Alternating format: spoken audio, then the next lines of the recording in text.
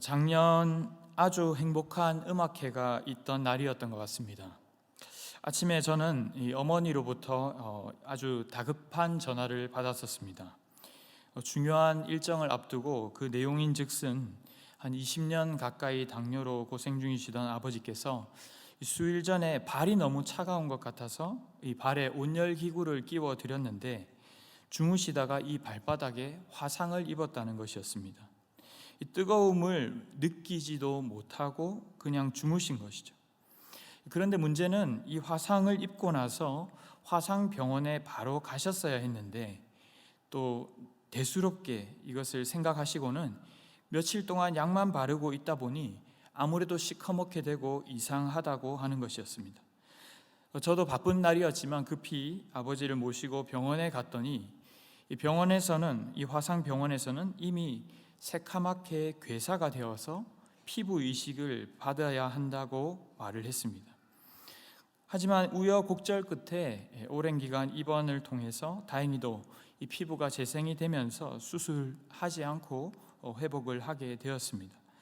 그런데 제가 이 일을 떠올리면서 우리 몸의 건강도 그렇지만 우리의 영적 건강 또한 마찬가지가 아닌가 생각해 보았습니다. 빠른 진단을 통해서 내가 어떠한 상태에 있는지를 정확히 파악하는 것이 매우 중요하다는 것이죠.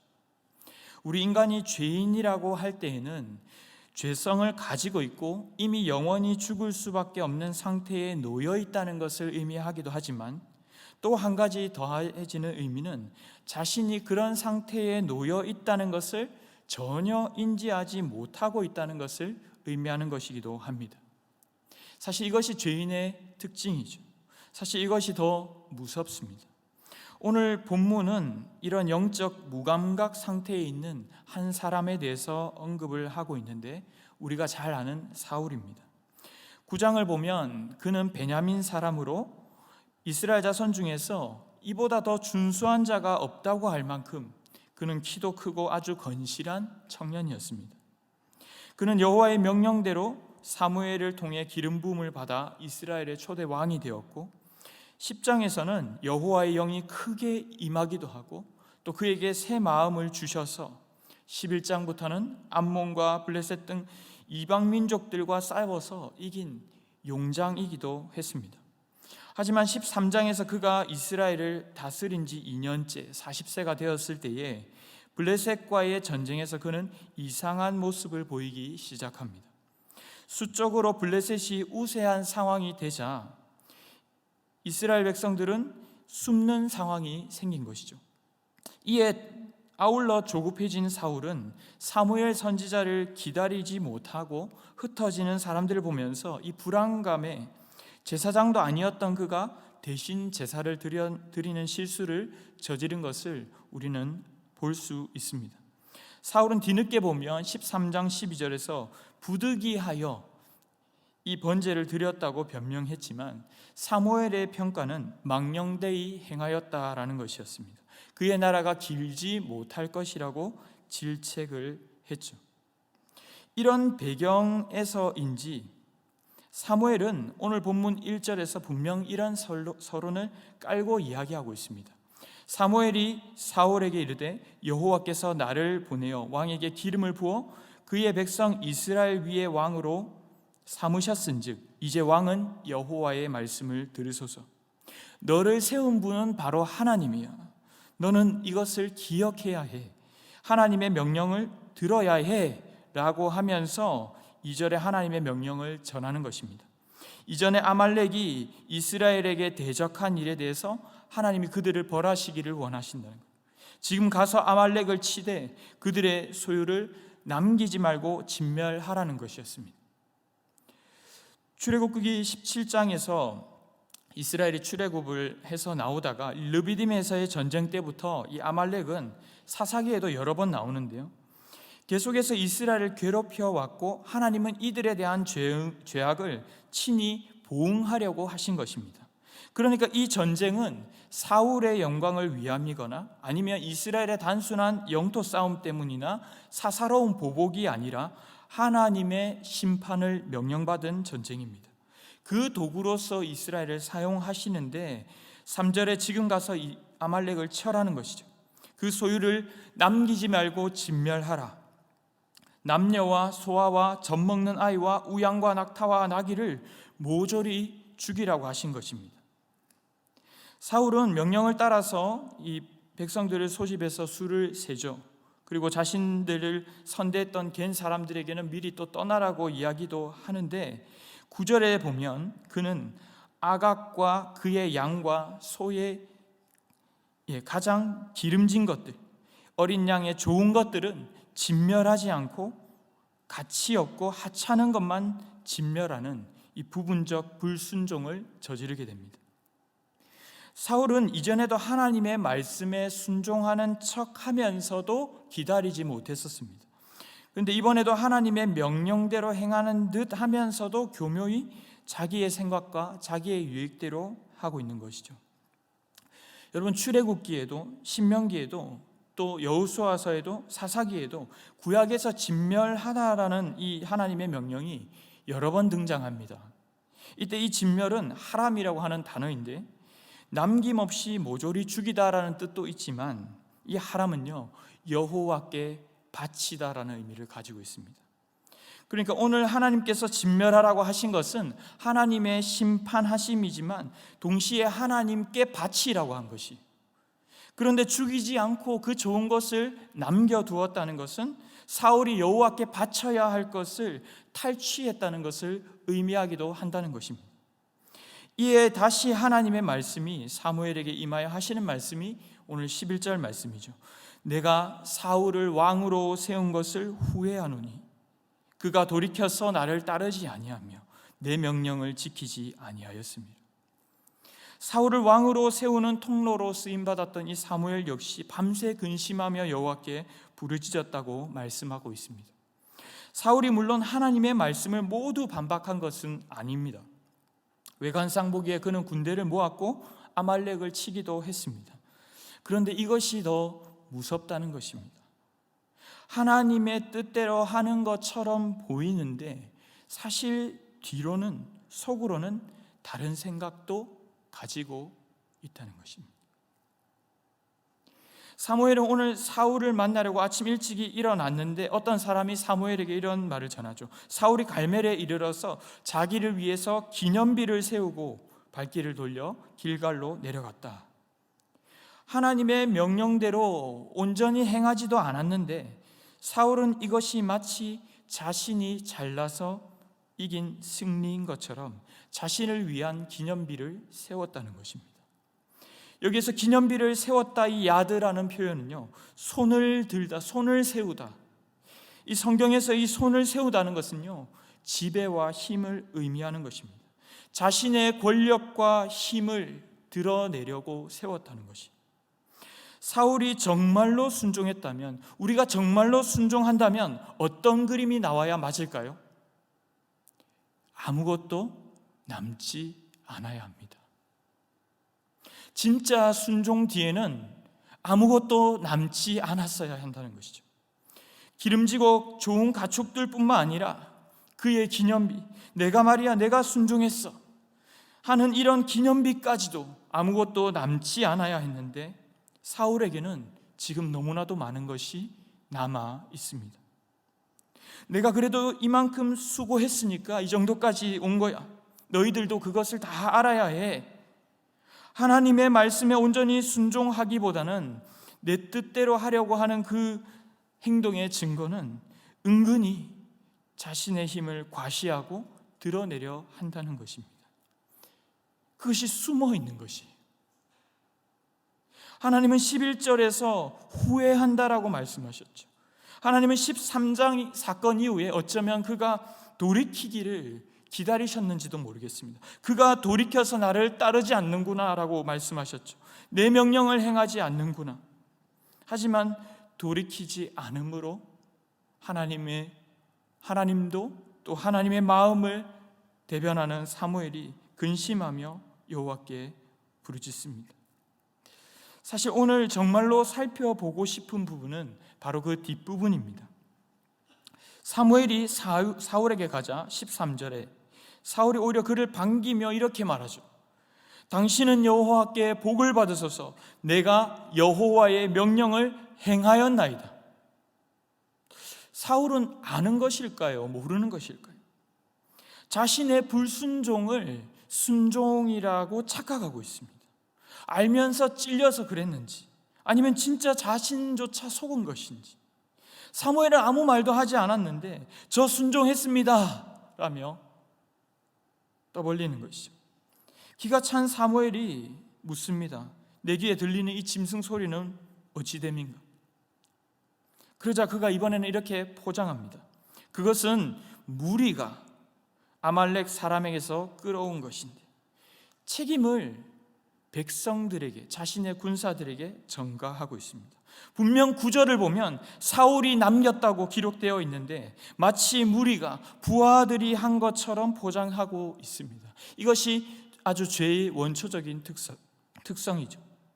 아담부터도 그랬습니다. 선악과를 먹고도 이렇게 말하죠. 창세기 3장 12절에 보면 하나님이 주셔서 나와 함께 하신 여자, 그가 그 나무 열매를 내게 주므로 내가 먹었습니다.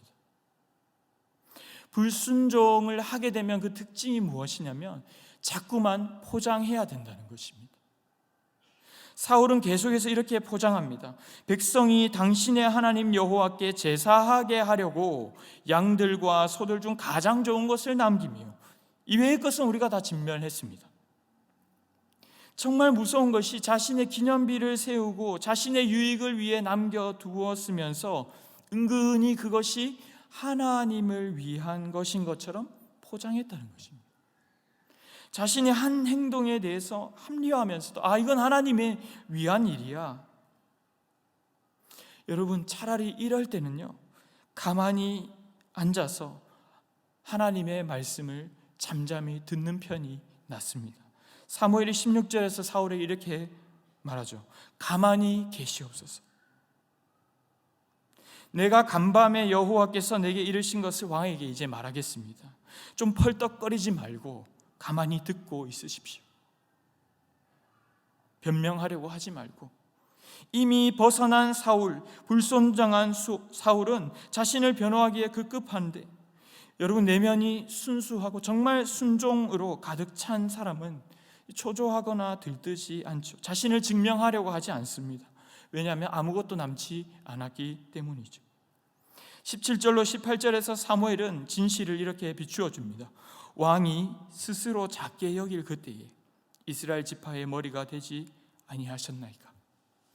여호와께서 왕에게 기름을 부어 이스라엘 왕을 삼으시고 또 여호와께서 왕을 길로 보내시며 이르시기를 가서 죄인 아말렉 사람을 진멸하되 다 없어지기까지 치라 하셨는데 19절에요.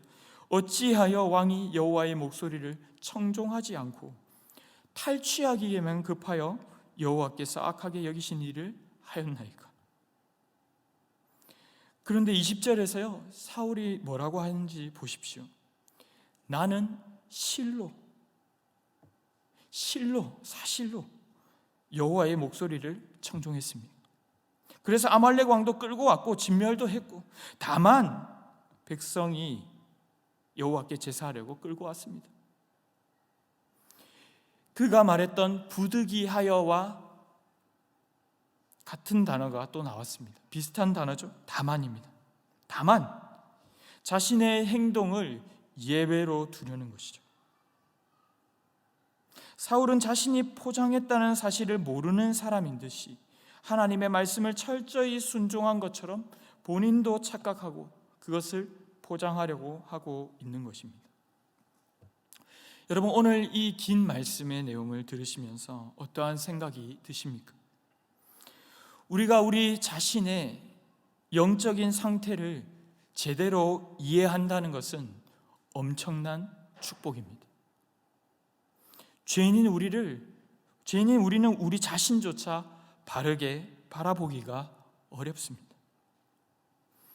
처음 예수 믿기 전을 한번 생각해 보십시오. 우리가 이미 죄인임에도 우리는 죄인이라고 생각하지 않았습니다.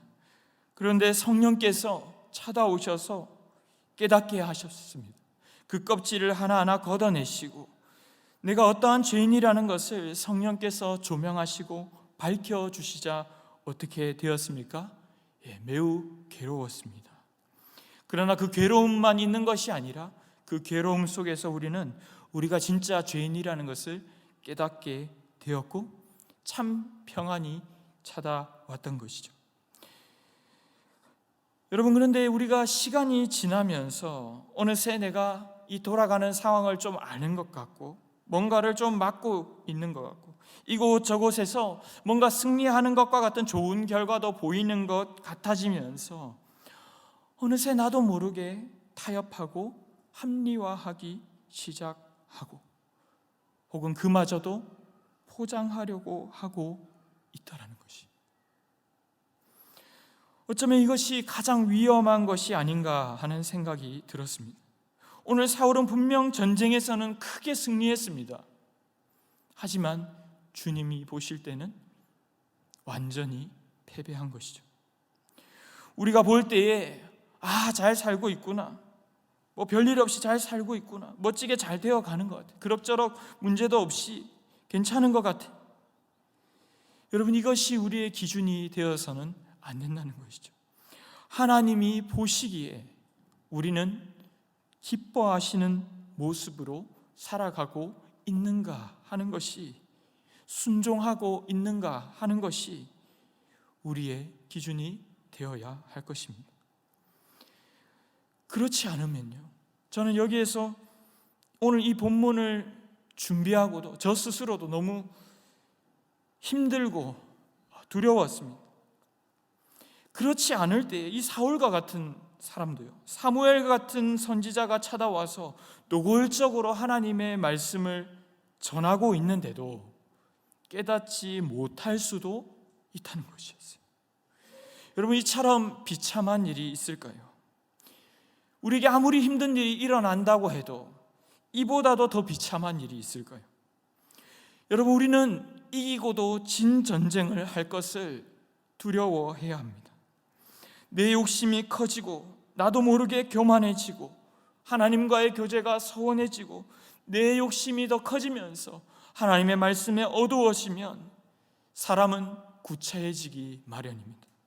자리에 연연하게 되고 어떤 것을 할 것인가 어떤 것을 말 것인가에 나의 마음을 두고 좀 뭔가 불안할 것 같은 데는 이 13장에서 보였던 사울의 모습처럼 흩어지고 불안할 것 같은 데는 막 하나님을 찾는 듯 하다가, 내가 하늘 수 있을 것 같은 때에는, 또 이런 때에는 나를 위해 기념비를 세우고 롤러코스터를 타는 것입니다.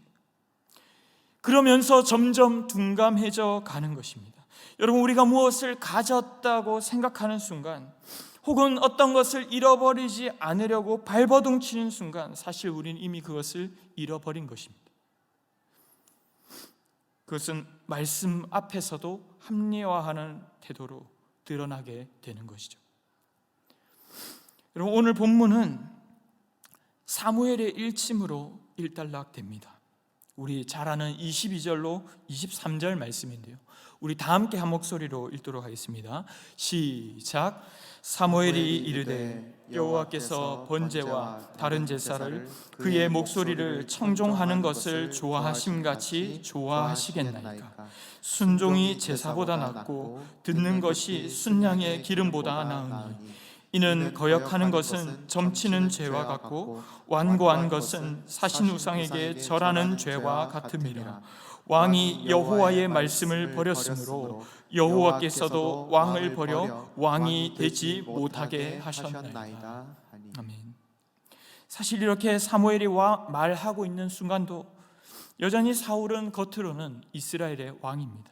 하지만 사무엘이 사용한 시제를 보면 너무나도 임박하고도 확정적인 일을 의미하는 시제를 사용했습니다. 너무나도 확실히 이겼는데 너무나도 확실히 진 전쟁이 되어버린 것이죠. 여러분, 하나님이 보시기에 기뻐하는 것이 무엇입니까? 우리에게 무엇이 승리입니까? 여러분, 우리는 이것을 계속 주의해야 합니다. 여호와께서 기뻐하시는 제사, 그런 예배자가 되려면 어떻게 해야 할까요? 먼저는 나를 강하게 하려는 욕심, 또 은근히 숨겨놓은 그 교만을 내려놓아야 합니다.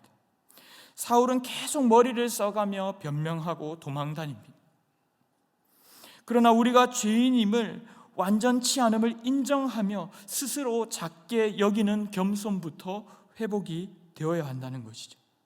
계속해서 피해 다니고 은근히 숨기고 한다면 결국 사무엘 같은 선지자가 와서 말을 해도 변화가 없는 것입니다. 여러분, 이번 주에 우리에게 말씀 사경회가 허락되어 있습니다. 제가 서두에 저희 아버지 이야기를 꺼냈는데, 우리의 감각이 둔감한 채로 오게 되면 마당만 밟고 갈 수도 있습니다. 뜨거운 것이 닿아도 뜨거운 줄을 못 느끼는 것이죠. 제가 그 일을 보면서 깨닫게 되는 것이요, 내가 어디가 아프구나, 내가 어디가 상했구나, 이 통증을 느끼는 것이 얼마나 감사한 일인지 모릅니다. 나도 다 모르는 내 몸속에서 어떤 일이 일어나고 있는지를 검사를 하고 검진을 하듯이 하나님의 말씀 앞에서 다 괜찮아가 아니라 말씀을 통해서 비춰주시기를 구해야 하는 것입니다. 우리의 기도에 이러한 기도가 반드시 있어야 합니다. 도와주세요, 하나님 이것 좀 주세요 하는 기도도 필요하지만, 우리의 영적 상태를 조명해 주십시오. 하나님, 제가 정말 잘 가고 있는 것이 맞습니까? 주님이 기뻐하시지 않는 모습이 제 안에 있다면 주님 알려주십시오. 제가 순종하겠습니다. 고쳐보겠습니다. 두 번째로는 내 모습을 비추어 주시기를 구하되, 비추어 주실 때에 받아들여야 합니다. 하나님께서 오늘 사무엘을 보내어 말씀하신 것은요, 사울에게 비춰주신 것이죠. 그런데 사울과 같은 태도로 반응하게 된다면 이것은 더 비참하게 되는 것입니다. 큐티와 설교 말씀을 통해 우리에게 주시는 말씀은 하나님의 말씀이죠. 하나님의 말씀으로 받아야 할 줄 믿습니다. 그런데 나가면서 이 정도는 너무 부담스러워, 나와는 안 맞아, 선별적으로 받아들이려 하게 되면 이 영적 무감각을 벗어나기가 어렵다는 것입니다. 들어보고서가 아니라 무슨 말씀을 주시든지 오늘 순종하겠습니다라는 태도로 말씀을 대해야 할 줄 믿습니다.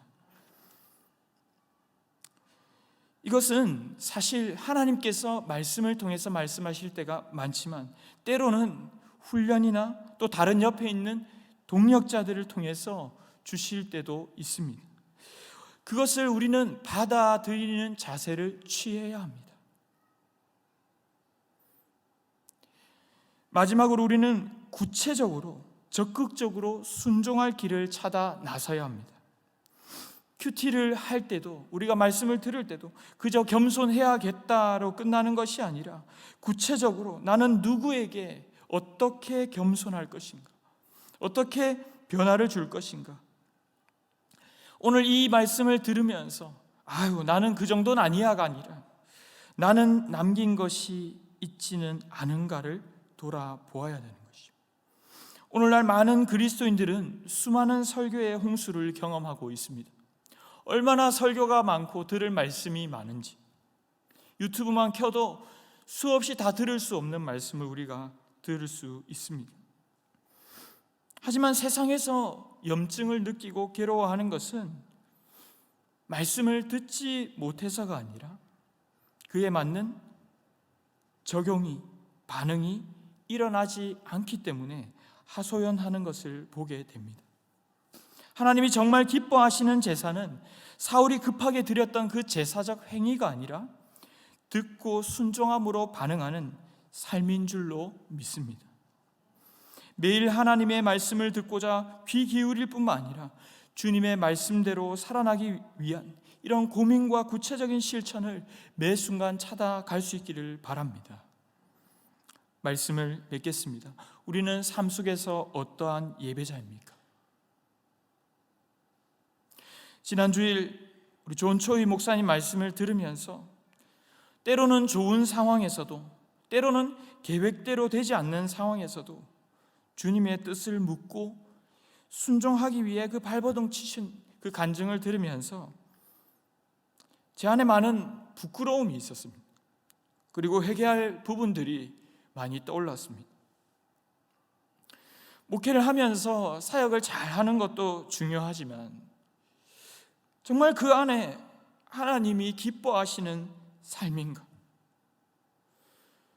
삶에서 어떠한 선택을 할 때마다 하나님이 기뻐하시는가? 내가 하나님의 말씀에 순종하고 싶은데 어떤 것이 주님의 뜻인가? 이것으로 고민하고 발버둥 치는 모습.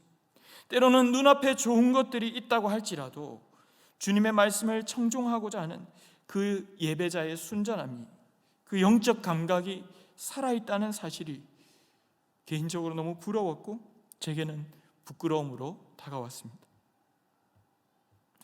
그냥 이렇게 해야지, 이렇게 살아야지 써놓고는 큐티책과 노트를 덮어버리지는 않았는지, 정확히 나의 현주소를 깨닫고 계속해서 삶으로 살아내려는 이 도전들이 제 안에서도 죽어지지 않기를 간절히 기도했습니다. 사랑하는 성도 여러분, 오늘 이 밤에 주님께서 바라보시는 우리의 모습을, 현 주소를 보게 해달라고, 비추어 달라고 구하며 나아가는 밤이 되었으면 좋겠습니다. 은근히 내 속에 숨겨져 있는 야망과 갈망들을 비춰주실 때 숨거나 변명하거나 피하는 것이 아니라 그저 엎드려서 겸손하게 회개하게 하시고 반응하게 해달라고 구하는 밤이 되기를 원합니다. 그 과정은 많은 아픔을 동반할지도 모릅니다. 그러나 그것이 사는 길임을 믿으며 주님과의 그 교제가 끊어지지 않게 해달라고, 성령께서 우리의 약함을 보시고 도와달라고 구하며 나아가는 귀하고 복된 성도님들, 또 이 밤이 될 수 있기를 축복합니다. 우리 이 시간 그런 마음의 고백을 담아서 찬양하며 나아가기를 원합니다. 주님이 우리를 예배자로 부르셨습니다. 성도이기 이전에, 어떤 직분이기 이전에 우리를 예배자로, 주님의 뜻에 순복하는, 주님만을 따라가는 예배자로 부르셨습니다. 어디서든지 언제든지 예배자로 살아가기를 바라는 마음으로 우리 이 시간 찬양하며 나가기 원합니다. 나는 하나님을 예배하는 예배자입니다. 나는 하나님을 예배하는 예배자입니다. 내가 서 있는 곳 어디서나, 내가 서 있는 곳 어디서나 하나님을 예배합니다. 내 영혼 거룩한, 내 영혼 거룩한 그대를 향하여 내 마음 완전한 하나님 향하여 이곳에서 바로 이 시간, 바로 이 시간 하나님을 예배하니. 우리 다시 한번 고백하며 나갑니다. 나는 하나님을 예배하는, 나는 하나님을 예배하는 예배자입니다.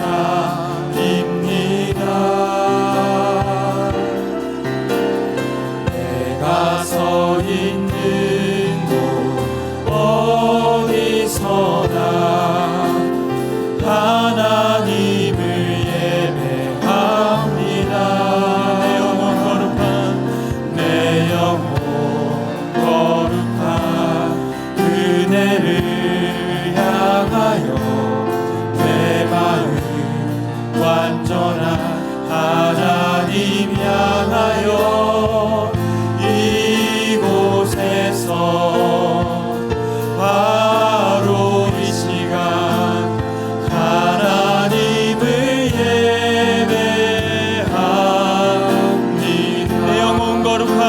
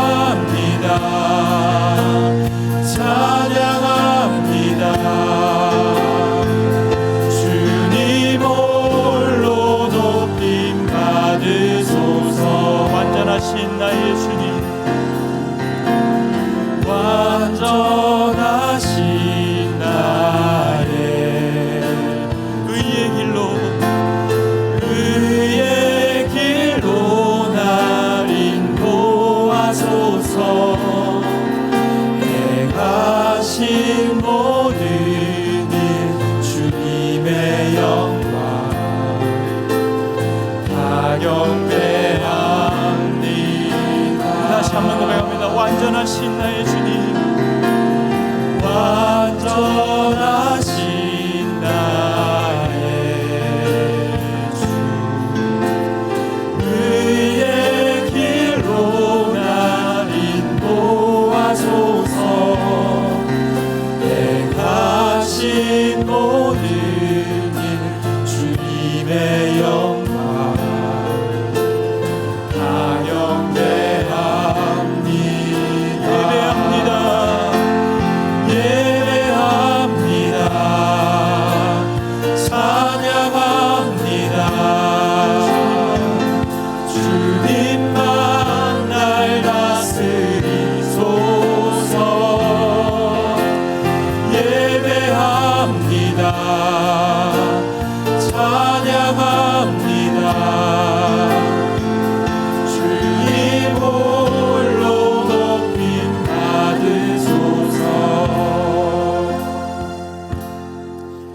우리 시간 오늘 우리에게 주신 말씀을 붙들고 함께 기도하기를 원합니다. 우리는 지혜가 부족해서가 아니라 오히려 나의 지혜가 너무 넘칩니다. 그래서 하나님의 지혜를 경험하지 못할 때가 많은 것 같습니다. 주님이 원하시는 제사는 대단한 것, 화려한 것, 많은 것이 아니라 그저 순종하려는 그 중심과 삶이었을 텐데, 오늘 이 시간 함께 기도할 때 외적이고 형식적인 것들, 나의 기념비와 교만을 내려놓기를 원합니다. 하나님의 말씀을 대할 때에 나의 임의로 판단하려 했던 나의 교만과 욕심을 회개합니다. 말씀에 순종하고 마치 그 사역마저도 나의 기념비로 삼으려 했다는 마음이 있다면 회개하기를 원합니다. 또한 하나님의 말씀을 제대로 받아 우리의 진실한 모습을 깨닫기를 원한다고, 내가 만든 우상과 같은 나의 모습으로 나를 바라보는 것이 아니라 하나님이 우리를 보시는 시선으로 우리 자신도 바라보게 하시고 깨닫지 못하던 죄를 깨닫는 은혜를 달라고, 구체적으로 결단함으로 성령께서 변화시켜 달라고, 하나님이 기뻐하시는 삶을 살기 위해 발버둥 치는 저희가 되게 해달라고, 예배자가 되게 해달라고 이 시간 우리 다 함께 통성으로 주여 한번 외치고 간절히 기도하도록 하겠습니다. 주여